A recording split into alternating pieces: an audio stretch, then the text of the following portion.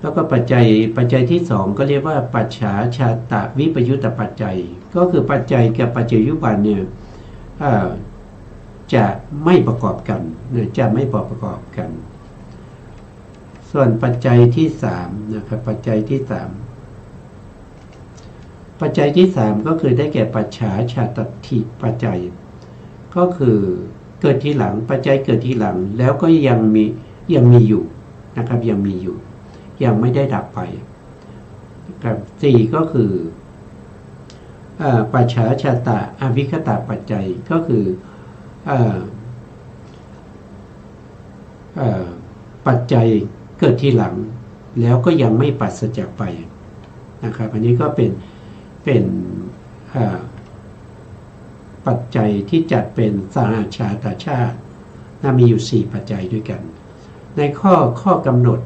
ในเรื่องของปัจฉาชาตะปัจจัยนี้ท่านบอกว่าปัจจัยธรรมก็คือนามได้แก่จิต89นะจิต89ก็จะมีอกุศลจิต12นะครับแล้วก็มีอาเหตุกจิต18กามาโสภณะ24แล้วก็รูปนะรูปกูเขาเรียกว่าเป็นรูปาวจรจิตนะครับมีอยู่27แล้วก็มีรูปนี้มีอยู่8นะครับก็คือรูปกุศลแล้วก็รูปกิริยาส่วนรูปวิบากนั้นรูปวิบากนั้นเขาจะเกิดเฉพาะในอรูปภูมิเท่านั้นเพราะฉะนั้นเขาไม่สามารถที่จะเป็นปัจจัยให้แก่รูปอื่นๆได้แล้วต่อมาก็จะเป็นโลกุตละจิตโลกุตละจิตก็ว่าโดยย่อก็มีอยู่8ว่าโดยพิสดารก็จะมีอยู่ว่าโดยพิสดารก็จะมีอยู่ทั้งหมด40ด้วยกันท่านบอกว่าตัวที่เป็นปัจจัยนั้นปัจจัยก็คือได้แก่จิต89เจตสิก52นะครับเว้นอรูปวิปากจิต4เพราะเกิดอยู่ในอรูปภูมิเท่านั้นไม่เกิดในปัญจโมกขลภูมินะครับเพราะฉะนั้นเป็นปัจจัยไม่ได้ครับก็คือได้แก่จิตเจตสิกที่เกิดทีหลังนะเป็นปัจจยุบันหรือปัจจยุบันธรรมนะครับช่วยอุปการะแก่อะไรท่านก็บอกว่าช่วยอุปการะแก่รูปนะครับช่วยอุปการะแก่รูปได้แก่เอกสมุฏฐานนิกรูปเอกสมุฏฐานเอกนี่แปลว่า1สมุฏฐานก็คือเป็นสมุฏเป็นรูปที่เกิดเป็นรูปที่เกิดจากสมุฏฐานเดียวนะครับสมุฏฐานของรูปเนี่ยมันมีอยู่4อย่างนะครับรูปที่เกิดจากกรรมก็มีรูปที่เกิดจากจิตก็มีรูปที่เกิดจากอาหารก็มีรูปที่เกิดจากอุตุก็มีอยู่4อย่างนะที่เป็นเหตุให้รูปนิพพานรูปนะครับ18เกิดขึ้นหรือตลอดไปจนถึงอนิพพานรูปอีก10นะรวมแล้วรูปทั้งหมดมีอยู่28รูป28เนี่ยก็จะมีสมุฏฐานที่ทำให้รูปนั้นเกิดขึ้นคือเกิดขึ้นครั้งแรกนะครับเกิดขึ้นครั้งแรกเนี่ยมีอยู่4สมุฏฐานด้วยกันเกิดจากกรรมก็มีเกิดจากจิตก็มีเกิดจากอุตุก็มีเกิดจากอาหารก็มีหลังจากที่รูปที่เกิดขึ้นแล้วยังไม่ดับไปยังตั้งอยู่ในขณะที่ตั้งอยู่นั้นได้รับการอุปการะจากปัจฉาชาตปัจจัยก็คือหลังจากที่เกิดขึ้นมาแล้วก็มีจิตและเจตสิกที่เกิดหลังๆนั้นเป็นตัวที่เข้าไปรักษารูปที่เกิดก่อนๆนั้นให้ตั้งอยู่นะให้ตั้งอยู่เท่ากับอายุของเขานั่นก็คืออายุของรูปที่ตั้งอยู่ถ้าเป็นนิพพานรูปเนี่ยเขาจะมีอายุอยู่ถึงถ้าว่าโดยถีติขณะก็คือขณะที่ตั้งอยู่มีอยู่49ขณะ ขนาดเล็กๆ49ขนาดนะแต่จิตเจตสิกที่เกิดขึ้นเขามีถีติขนาดแค่ขนาดเดียวแต่เวลาเขาเกิดขึ้นเนี่ยเขาก็มาช่วยอุปการะแก่รูปนะครับรูปที่เกิดก่อนแต่จิตและเจตสิกนั้นเขาเกิดดับติดต่อกันไปนะเกิดขึ้นแล้วก็ดับไปแล้วก็ดวงใหม่ก็เกิดขึ้นติดต่อกันไปโดยไม่มีระหว่างขั้นคือเขาจะเกิดดับอย่างนี้ไปตลอดชีวิตนะครับก็คือตั้งแต่ปฏิสนธิจิตเราเกิดมานะครับในครรภ์มารดาเนี่ยก็จะมีปฏิสนธิจิตแล้วปฏิสนธิจิตนั้นดับไปก็มีภวังคจิตดวงที่1เกิดขึ้นเรียกว่าปฐมภวังค์ปฐมภวังค์ดับไปก็จะมีภวังคจิตดวงที่3เกิดขึ้นอย่างนี้เกิดดับไปเรื่อยๆนะครับในช่วงที่ขึ้นวิถีก็จะมีจิตที่ขึ้นวิถีที่เป็นกุศลบ้างอกุศลบ้างถ้าเป็นพระอรหันต์ก็เป็นกิริยานะครับก็เป็นกิริยานะก็จะเกิดสลับกันไปอย่างนี้นะครับในขณะที่เขาเกิดขึ้นในปัญจโวการภูมิเนี่ยเขาจะไปอุปการะแก่รูปนะครับอุปการะแก่รูปที่เกิดก่อนรูปที่เกิดจากสมุฏฐาน1สมุฏฐานก็มีนะรูปที่เกิดจากสมุฏฐานที่เป็นเอกสมุฏฐานนี่ก็คือรูปที่เกิดจากสมุฏฐานเดียวรูปที่เกิดจากสมุฏฐานเดียวนะครับเราก็มาดูรูปที่เกิดจากสมุฏฐานเดียวเนี่ยก็มีเท่าไหร่นะครับก็มีอยู่นะครับก็ได้แก่พวกที่เป็นกรรมชรูปเนี่ยอย่างเช่นภาษาทรูป5นะอันนี้เกิดจากกรรมอย่างเดียวนะครับแล้วต่อมาภาวะรูป2นะครับก็ได้7นะเกิดจากกรรมอย่างเดียวนะครับแล้วก็หัตถยรูปอันนี้ก็เป็นรูปที่9นะครับ10ก็คือได้แก่ชีวิตนะเพราะฉะนั้นรูปที่เกิดจากกรรมอย่างเดียวมีอยู่10รูปนะมีอยู่10รูปอันนี้เรียกว่าเป็นเอกสมุฏฐานนิกรูป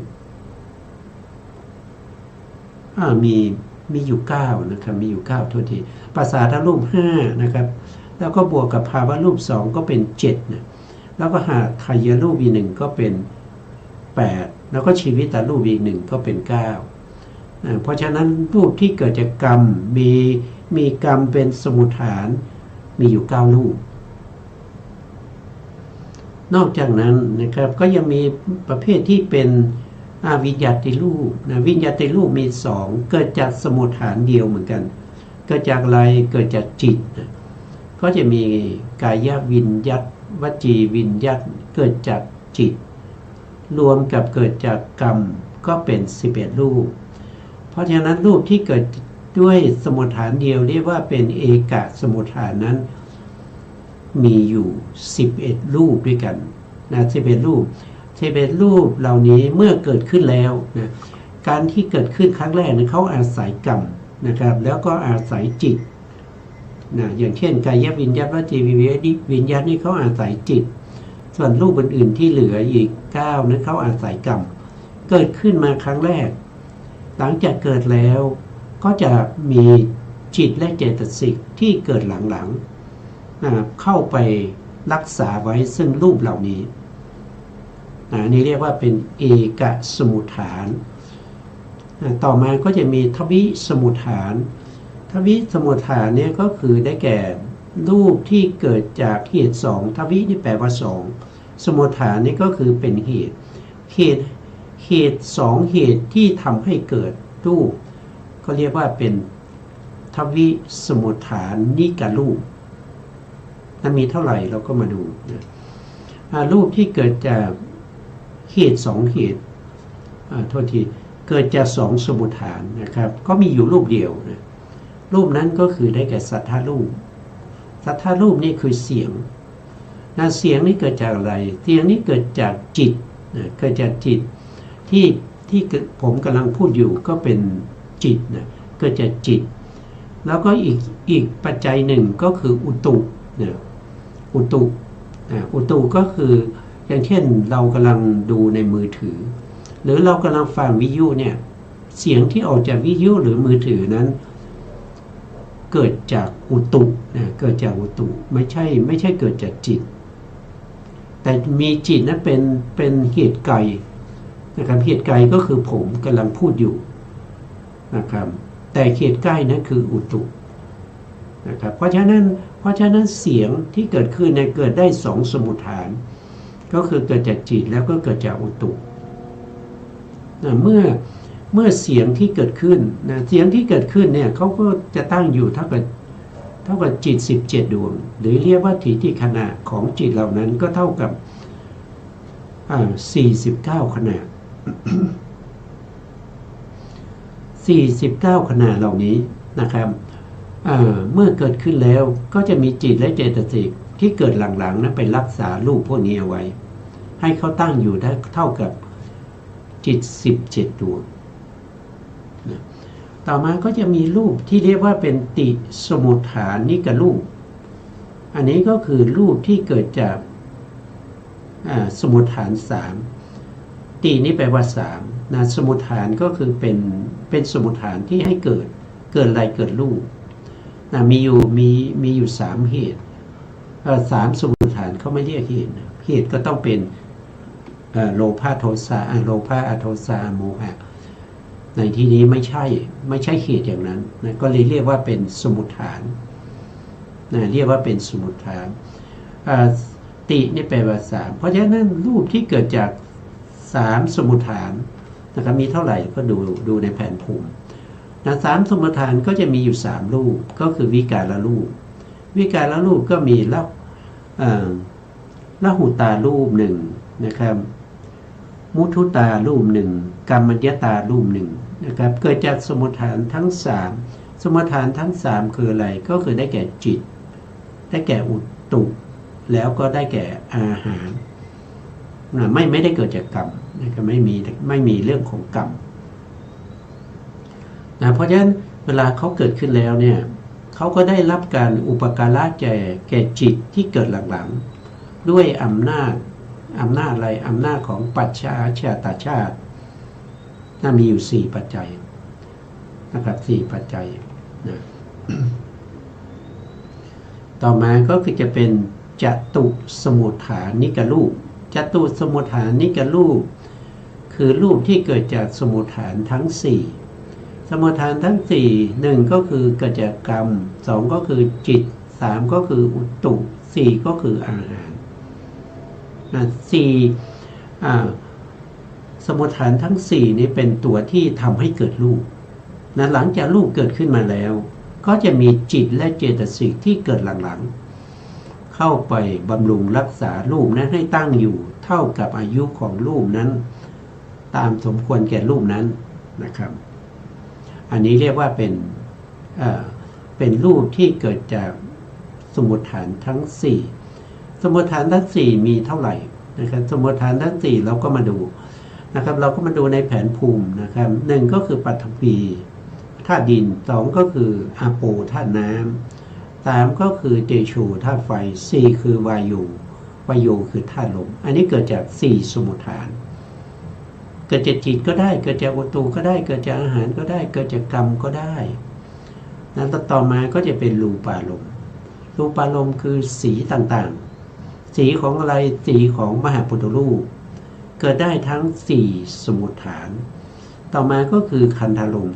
มณ์คือกลิ่นต่างๆกลิ่นของอะไรกลิ่นของมหาปุถุรูปเกิดได้4สมุฏฐานต่อมารัสสารมณ์คือรสของอะไรรสของมหาปุถุรูปได้ตรงนี้มาอีก3จากเดิมที่เป็นมหาปุถุรูป4รวมกันก็เป็น7แล้วมาตรงนี้นะอาหารและรูปก็เกิดจาก4สมุฏฐานนะ7ก็เป็น8นะครับ8แล้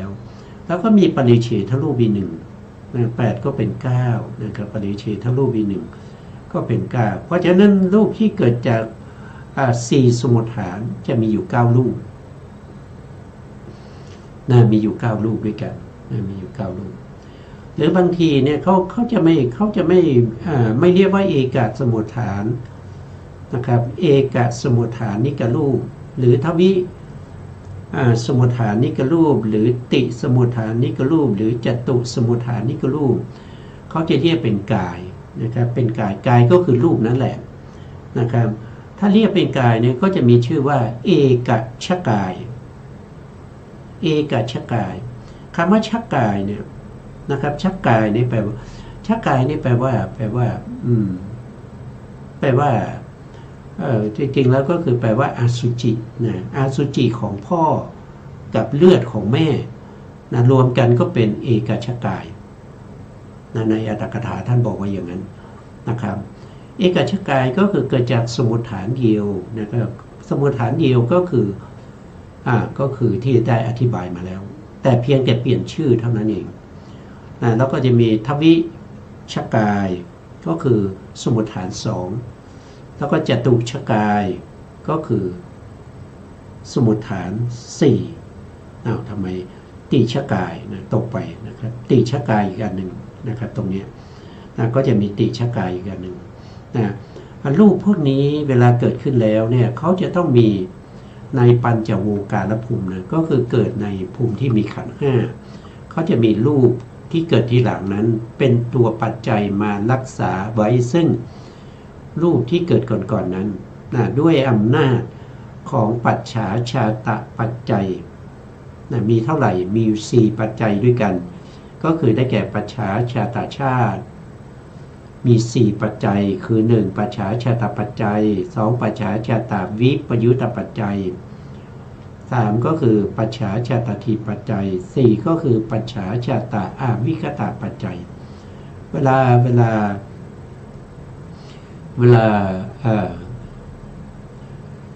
ปัจจัยที่เข้าไปรักษารูปที่เกิดก่อนนั้น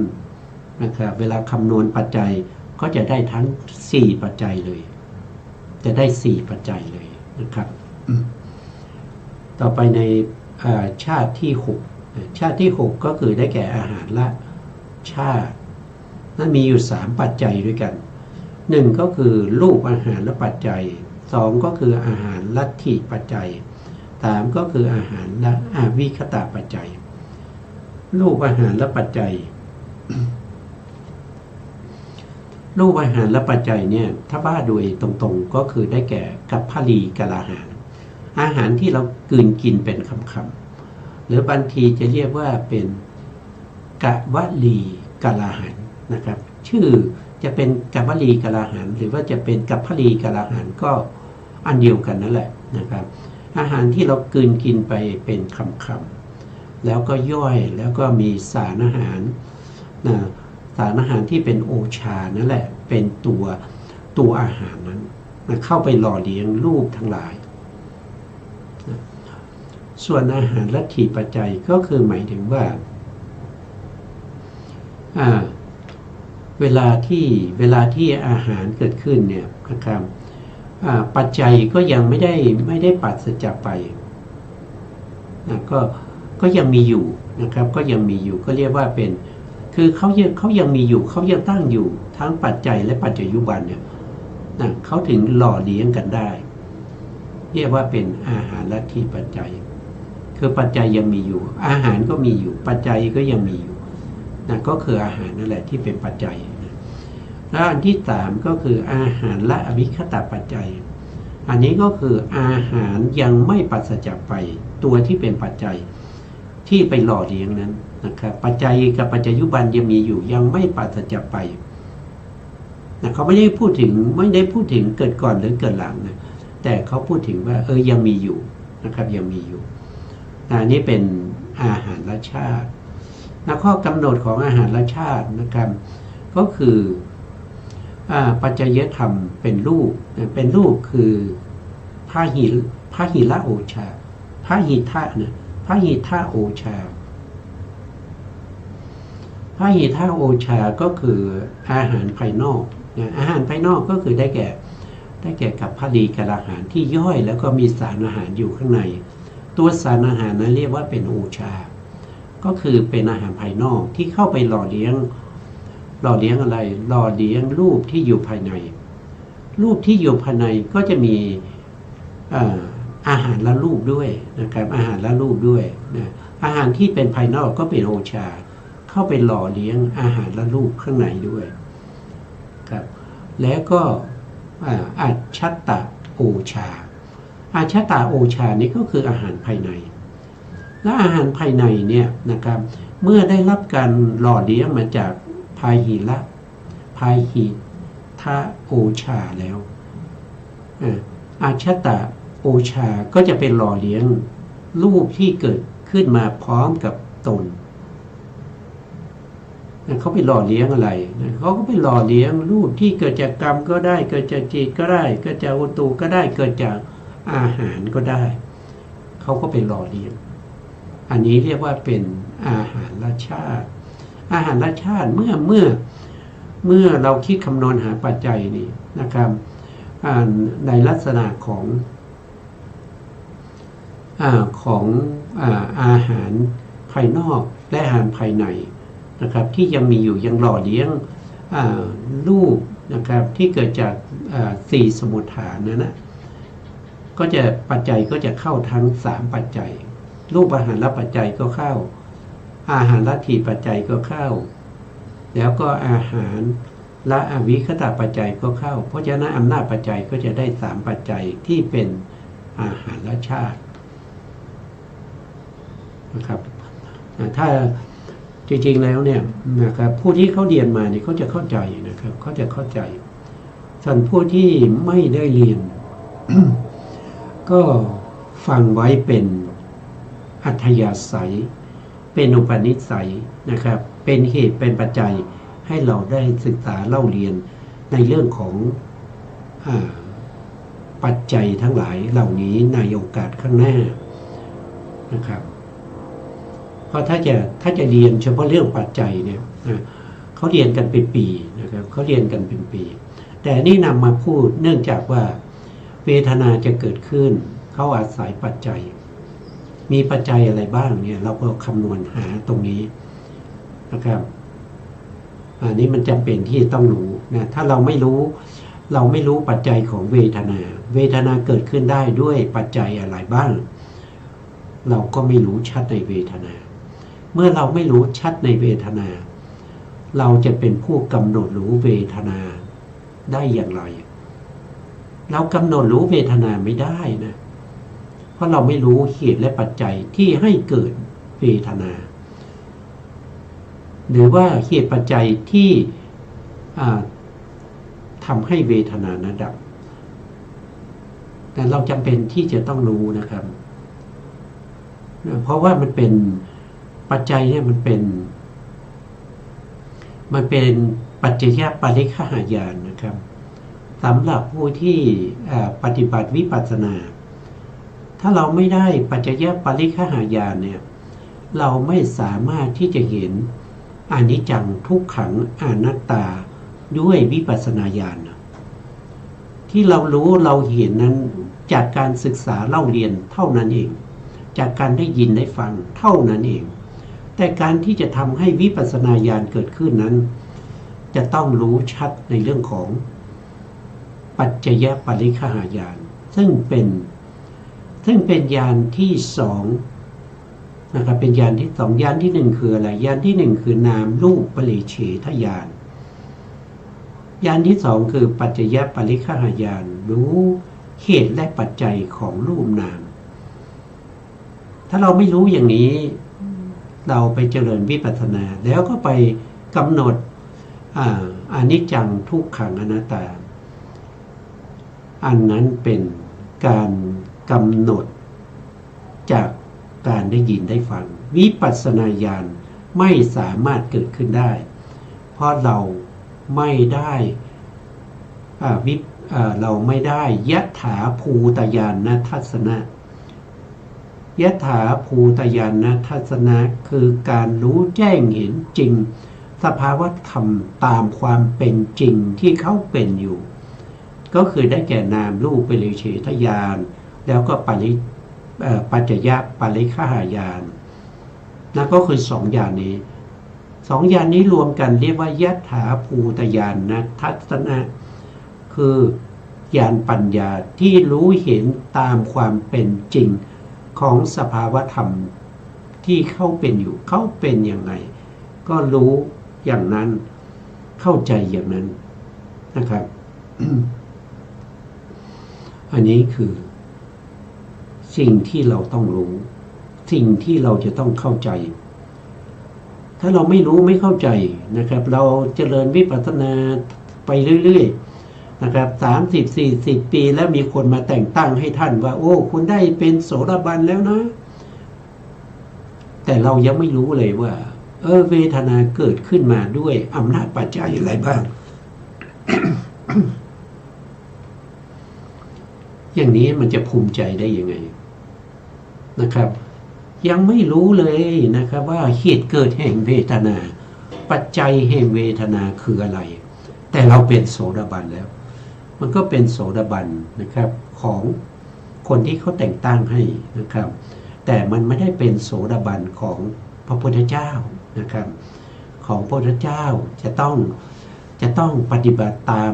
ขั้นตอนนะครับไม่ได้การปฏิบัติไม่เหมือนกับเขาขาดไม่เหมือนกับกบกระโดดนะครับเป็นบันไดจะต้องเดินขึ้นบันไดทีละ1 ขั้นนะครับไม่ใช่กระโดดไปนะครับไม่ใช่กระโดดไปนะครับจากพื้นดินแล้วกระโดดไปขั้นที่3เลยไปเห็นสัมมาสัตยานสัมมาสนญาณคือเห็นอนิจจังทุกขังอนัตตาเลยอันนั้นมันเห็นด้วยอะไรด้วยการศึกษาเล่าเรียนสัจญาณมันไม่สามารถที่จะเกิดวิปัสสนาญาณได้วิปัสสนาญาณต้องเป็นไปตามลำดับตามขั้นตอนต้องมียถาภูตญาณทัศนก่อนที่จะไปสัมมาสนญาณเห็นอนิจจังทุกขังอนัตตาคนที่ฟังแล้วไม่เข้าใจก็อย่างที่ได้พูดนะครับก็คือได้เป็นอุปนิสัยเป็นอัธยาศัยเป็นบุญบารมีที่จะทำให้เราได้ศึกษาปัจจัยอย่างจริงจังได้ศึกษาเหตุและผลของรูปนามเหล่านี้ตามความเป็นจริงในโอกาสต่อไปนะครับไม่เสียหายนะไม่เสียหายฟังแล้วไม่เสียหายนะครับสิ่งที่ฟังแล้วเสียหายนั่นก็คือเดรัจฉานวิชานะครับที่เป็นไปทางโลกเหล่านั้นนะครับฟังแล้วมันไม่ได้ทำให้เกิดสังเวชเกิดความพ้นทุกข์ได้นะครับไม่ทำให้พ้นทุกข์ได้ถึงแม้จะมีประโยชน์ก็มีประโยชน์เฉพาะชาตินี้ชาติเดียวสามารถที่จะหาเงินหาทองนะครับ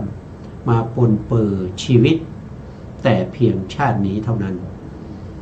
ชาติหน้าจะไปที่ไหนก็ยังไม่รู้นะครับแต่การที่เราศึกษาทำความรู้ความเข้าใจในเรื่องของปัจจัยในเรื่องของเหตุแล้วก็ปัจจัยเรื่องของความเป็นจริงของรูปนามเหล่านี้อันนี้มันเป็นเหตุเป็นปัจจัยให้เราข้ามพ้นจากวัฏฏะสงสารเข้าสู่พระนิพพานในโอกาสข้างหน้าไม่ช้าก็เร็วนะครับขึ้นอยู่กับแต่ละท่านแต่ละบุคคลนะครับว่าบุญบารมีเก่ามีเท่าไหร่แล้วก็บุญบารมีปัจจุบันนี้สร้างเพิ่มขึ้นมาเท่าไหร่เมื่อบารมีเต็มแล้วท่านก็จะเห็นนามรูปอะไรคือนามอะไรคือรูปแยกจากกันได้ไหมอย่างไรแล้วก็เห็นว่านามรูปเหล่านี้มันมีเหตุและปัจจัยมันมีเหตุมันมีปัจจัยให้เกิดขึ้นนะครับเราก็ตามเห็นเราเพียงแต่ตามเห็นนะครับไม่ใช่ไปทำนะไม่ใช่ไปทำให้มันเกิดขึ้นหรือไม่ใช่ไปทำให้มันดับไปมีหน้าที่ในการตามรู้ตามเห็นกำหนดรู้ตามที่เขาเป็นอยู่กำหนดรู้ตามความเป็นจริงและกำหนดรู้อย่างนี้ต้องกำหนดรู้รอบนะไม่ใช่รู้นิดๆหน่อยๆนะครับต้องรอบรู้ในเรื่องของนามรูปแล้วก็ต้องรอบรู้ในเรื่องของเหตุและปัจจัยให้เกิดนามรูปเหล่านี้ ตามความเป็นจริงนะมาเข้าสู่เนื้อหาต่อนะครับต่อไปในชาติที่8ในชาติที่8ชาติที่8เนี่ยเขาบอกว่าปัจจัยที่เป็นปกตูปนิสยชาติปกตูปนิสยชาติปกตูนี่แปลว่าเหตุธรรมที่ได้ทำไว้ดีแล้วคือได้ทำไว้ในอดีตนะครับนิสยะแปลว่าที่อาศัยนะครับเหตุธรรมที่เราเคยทำไว้ในอดีตเป็นที่อาศัยให้เกิดอะไรให้เกิดนามรูปทั้งหลายที่เราเป็นอยู่นะครับมีอยู่2ปัจจัยมี2ปัจจัยท่านบอกว่ามี2ปัจจัย2ปัจจัยก็คือได้แก่สุทธปกตูปนิสยปัจจัยคือจิตและเจตสิกที่เกิดก่อนและรูปบัญญัติที่มีกำลังมากเป็นผู้อุปการะแก่จิตเจตสิกที่เกิดหลังๆเนี่ยเราก็เห็นได้ว่าจิตและเจตสิกที่เกิดก่อนแล้วก็รูปแล้วก็บัญญัติด้วยนะที่มีกำลังที่เราเคยทำแล้วในอดีตที่เราทำไว้แล้วที่มันมีกำลังนะครับมีกำลังมากด้วยนะไม่ใช่มีกำลังธรรมดานะมีกำลังมากนะครับแล้วก็มาอุปการะให้แก่จิตและเจตสิกของเราที่เกิดในปัจจุบันหรือว่าเหตุปกตูปนิสยปัจจัยที่เราทำในปัจจุบันนี้นะครับมันก็จะเป็นเหตุเป็นปัจจัยให้เกิดจิตและเจตสิกในอนาคตข้างหน้าอย่างนี้นี้เรียกว่าเป็นสุทธะปกตูปนิสยปัจจัยนะครับปัจจัยนั้นก็คือได้แก่จิตและเจตสิกที่เกิดก่อนแล้วก็รูปบัญญัติที่มีกำลังมากคือเกิดแล้วก็ดับไปแล้วนะครับถึงจะส่งผลให้เกิดจิตและเจตสิกในภายหลังได้ในข้อที่2นะครับมิสกะนี่แปลว่าคือมิสกะนี่มันมีหลายอย่างนะครับมีหลายอย่างสุดท้ายนี่คืออย่างเดียวนะครับมิสกะก็คือปะปนกันนะครับปะปนกันระหว่างอะไรถ้าบอกว่ามิสกะปกตูปนิสยะเหตุธรรมที่ได้ทำไว้ดีแล้วเป็นที่อาศัยเกิดของปัจจยุบันแต่มันไม่ใช่เท่านั้นบวกเข้าไปอีกบวกอะไรเข้าไปก็คือบวกนานัคณิกะกรรมปัจจัยด้วยต้องมีกรรมที่เราเคยทำไว้ในอดีตด้วยแล้วก็มีเหตุคือเหตุธรรมที่เราก็ได้ทำไว้ดีแล้วในอดีต2 อันบวกกันก็เรียกว่าเป็นมิสกะนะครับเป็นปัจจัยช่วยประการละแก่อะไรท่านบอกว่าเป็นปัจจัยช่วยประการละแก่เจตนากรรมที่มีกำลังมากเป็นผู้อุปการะแก่อุปการะแก่อะไรแก่วิบากนามขันธ์วิบากก็คือการที่เราได้เห็นได้ยินได้กลิ่นได้รสได้สัมผัสได้ถูกต้องทางกายนะครับแต่ถ้าว่าโดยปฏิสนธิการก็เป็นปฏิสนธิจิตปฏิสนธิจิตก็มีหลากหลายจิตบางดวงก็นำเราไปเกิดในนรกนำเราไปเกิดเป็นเปรตเป็นอสุรกายเป็นสัตว์นรกจิตบางดวงก็นำเราไปเกิดเป็นบุคคลที่ไม่สมประกอบนะครับเกิดมาอาจจะตาบอดหูหนวกอย่างเนี้ยเป็นใบ้เป็นอะไรพวกเนี้ยจิตบางดวงก็นำให้เรามาเกิดเป็นมนุษย์แต่มาเกิดเป็นมนุษย์แล้วไม่มีปัญญาประกอบร่างกายสมบูรณ์อวัยวะครบถ้วนแต่บางคนก็ได้ปฏิสนธิจิตในที่มีปัญญาประกอบด้วยนะครับก็เป็นบุคคลที่สามารถจะปฏิบัติธรรมให้ได้มรรคได้ผลได้ฌานอะไรพวกนี้ได้ถ้าผู้ที่ไม่ประกอบด้วยปัญญาก็ไม่สามารถที่จะปฏิบัติสมถะให้ได้ฌานวิปัสสนาให้ได้มรรคได้ผลไม่สามารถจะทำได้นั่นก็เป็น เป็นเขาเรียกว่าเป็นจิตที่นำเกิดเรียกว่าเป็นวิปากจิตนะเป็นประเภทที่เป็นวิปากจิตแต่เกิดเป็นครั้งแรกเราจึงเรียกว่าเป็นปฏิสนธิจิตจิตที่เกิดในภพภูมิไหนก็ตามเกิดขึ้นครั้งแรกเรียกว่าปฏิสนธิจิตนะแต่จริงๆเขาก็คือวิปากจิตนั่นเองนะครับมีอยู่ทั้งหมด19ดวงด้วยกันนะครับไปเกิดเป็นพรหมก็จะมีรูปประพรหมก็จะมีอยู่5ดวงนะครับไปเกิดเป็นอรูปประพรหมก็มีอยู่4ดวงเกิดเป็นมนุษย์และเทวดาก็มีอยู่9ดวงเกิดในอบายก็มีดวงเดียวนะครับแต่ในที่นี้ท่านพูดถึงวิบากและนามขันธ์นามนั่นคืออะไรนามก็คือได้แก่จิตแล้วก็เจตสิกที่ประกอบกันหรือเราจะเรียกว่าเป็นนามขันธ์4นามขันธ์4ก็คือได้แก่1คือเวทนาขันธ์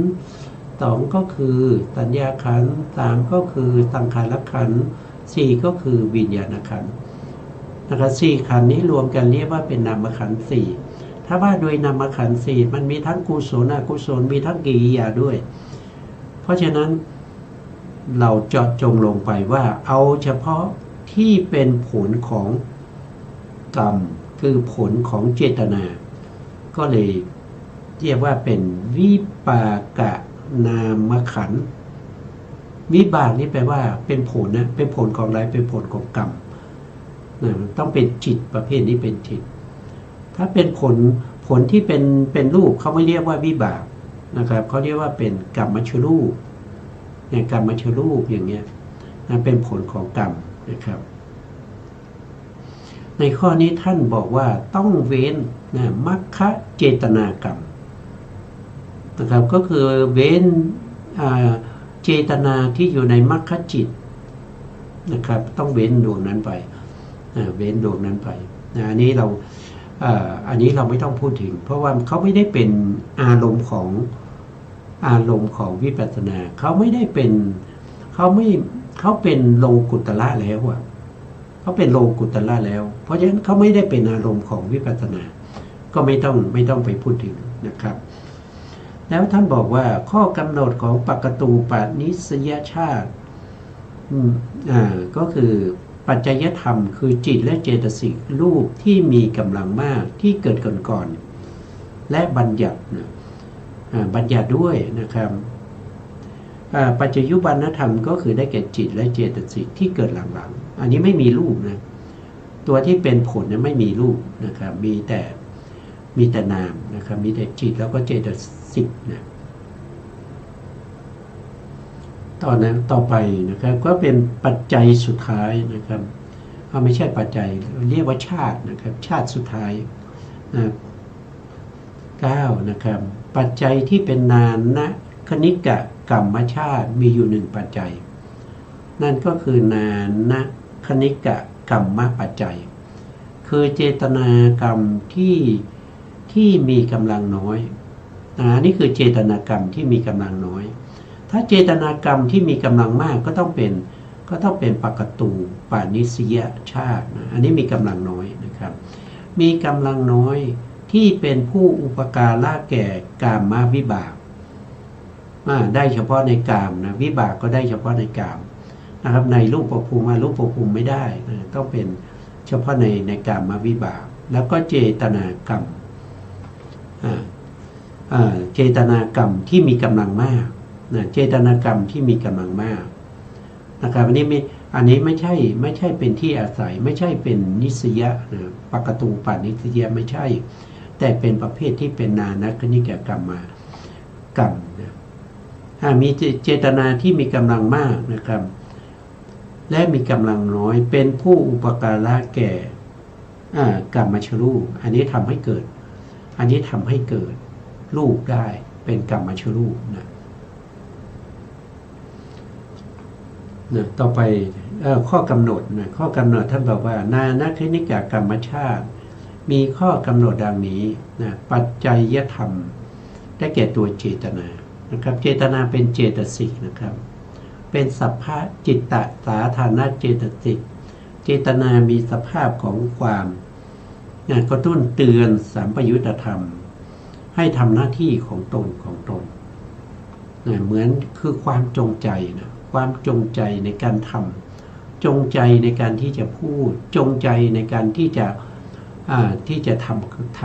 ำกายนะครับอันนี้คือเจตนานะครับเจตนาที่เ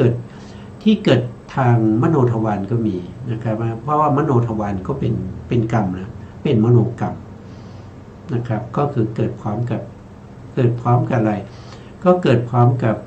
จิตที่เป็นกุศลแล้วก็จิตที่เป็นอกุศลหรือเกิดพร้อมกับจิตที่เป็นกุศลประเภทที่เป็นฌานกุศลก็ได้นะที่เกิดขึ้นต่างขณะกันต่างขณะก็คือกรรมที่เราเคยทำไว้ในอดีตเขาจะส่งผลมานะครับส่งผลมาให้เราในภพนี้ถ้าพูดถึงกรรมในอดีตเนี่ยเราก็ไม่สามารถที่จะรู้ได้นะครับเพราะว่าตัวกรรมหรือตัวเจตนาที่ส่งผลให้เราเป็นอยู่ปัจจุบันนี้มันมีทั้งเจตนาที่เราเคยทำไว้เมื่ออดีตตอนเราเป็นเด็กอย่างนี้หรือว่าตอนที่เราเป็นหนุ่มแต่ตอนนี้เราแก่แล้วเนี่ยนะครับเจตนาหรือกรรมที่เราเคยทำสมัยที่เราเป็นเด็กหรือว่าเป็นหนุ่มเป็นสาวสามารถที่จะส่งผลให้เราตอนเราแก่ได้อันนี้คือในภพเดียวกันเขาเรียกว่าเป็นทิฏฐธรรมเวทนิยกรรมก็คือได้แก่ชวนาจิตดวงที่หนึ่งนะครับในวิถีจิตเนี่ยจะมีชวนะอยู่7ดวงไม่ว่าจะเป็นวิถีที่เป็นจิตที่เป็นอกุศลหรือเป็นจิตที่เป็นบาปเนี่ยเขาก็จะมี7ดวงจิตที่เป็นกุศลหรือเป็นบุญเนี่ยก็จะมีอยู่7ดวงเหมือนกันใน7ดวงนี้ดวงที่1เวลาให้ผลนะครับเวลาให้ผลเนี่ยเราก็จะเรียกว่าเป็นทิฏฐธรรมเวทนิยกรรมเฉพาะดวงเดียวนะดวงที่1นะครับสามารถที่จะให้ผลในภพนี้ได้นะแต่ถ้าเราชวนาดวงที่1เนี่ยยังไม่ได้ให้ผลเนี่ยเราตายไปก่อนชวนาดวงที่1ก็จะเป็นอโหสิกรรมไปนะครับแต่กรรมนั้นหมดแล้วยังไม่หมดนะครับชวนายังเหลืออีกเท่าไหร่ชวนามี7ดวงที่1ให้ผลไม่ได้เพราะตายไปแล้วไปเกิดพบใหม่แล้วเขาก็จะเป็นอโหสิกรรมส่วนดวงที่7นะดวงที่2จนถึงดวงที่7ยังให้ผลได้อยู่ยังให้ผลได้อยู่ดวงที่7เนี่ยเขาจะให้ผลในภพที่2ก็คือนำไปเกิดนะครับดวงที่7เนี่ยเขาเรียกว่าเป็นอุปชะเวทนิยกรรมก็จะนำสัตว์ทั้งหลายไปเกิดในภพหน้านะครับสามารถนำไปเกิดในภพหน้าได้แล้วก็ให้ผลในประวัติการได้ก็คือได้เห็นในสิ่งที่ดีบ้างไม่ดีบ้างในภพหน้านั้นเราเรียกว่าเป็นชวนาดวงที่7กรรมที่ให้ผลนั้นเรียกว่าเป็นอุปชาเวทนิยกรรมถ้าว่าเราตายจากภพหน้าไปเกิดในภพที่3แล้วชวนาดวงที่7หมดโอกาสให้ผลเขาให้ผลไม่ได้แล้วนะถามว่าเราพ้นจากกรรมที่เราทำไม่ดีหรือยังไม่พ้นนะยังมีชวนาดวงที่2ถึงดวงที่6เขาจะตามไปให้ผลในภพที่3เป็นต้นไปนะครับตามไปเรื่อยๆจนกว่าเราจะปรินิพพานนะถ้าเรายังไม่ปรินิพพานเนี่ยชวนาดวงที่2ถึงดวงที่6เนี่ยเขาจะตามเราไปเรื่อยๆจะไปให้ผลเราเขาเรียกว่าอัปปลาปริยเวทนิยกรรมนะครับไม่มีที่สิ้นสุดถ้าเราไม่ปรินิพพานแม้แต่พระพุทธเจ้านะครับท่านก็ยังกรรมเก่าๆนะครับก็ยังมาส่งผลให้ท่านนะครับถ้าเราอยากจะรู้ก็ไปดูใน มหาปารินิพพานสูตรนะครับพระพุทธเจ้ายังรับกรรมเก่าอยู่นะครับวันนี้เวลาเราหมดแล้วนะสุดท้ายนี้ก็ขอกราบขอบพระคุณพระครูสมุทรวิศวรรณวรกิจโชผู้ในการสถานีวิทยุเพื่อการศึกษาพระพุทธศาสนาและวัฒนธรรม FM 104.5 เมกะเฮิรตซ์วัดไฟหินจังหวัดเชียงใหม่และขอกราบขอบคุณพระครูปริยัติยานุศาสตร์ขอบคุณท่านผู้ฟังและผู้ชมทุกท่านที่ให้เกียรติติดตามในรายการพระไตรปิฎกลอยฟ้าวันนี้ลาไปก่อนพบกันใหม่ในโอกาสต่อไปครับสวัสดีครับ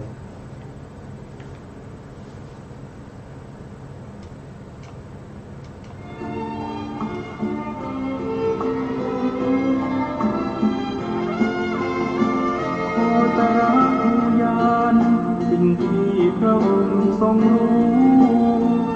แต่ไอสไตล์ไม่รู้เหมือนมองไม่เป็น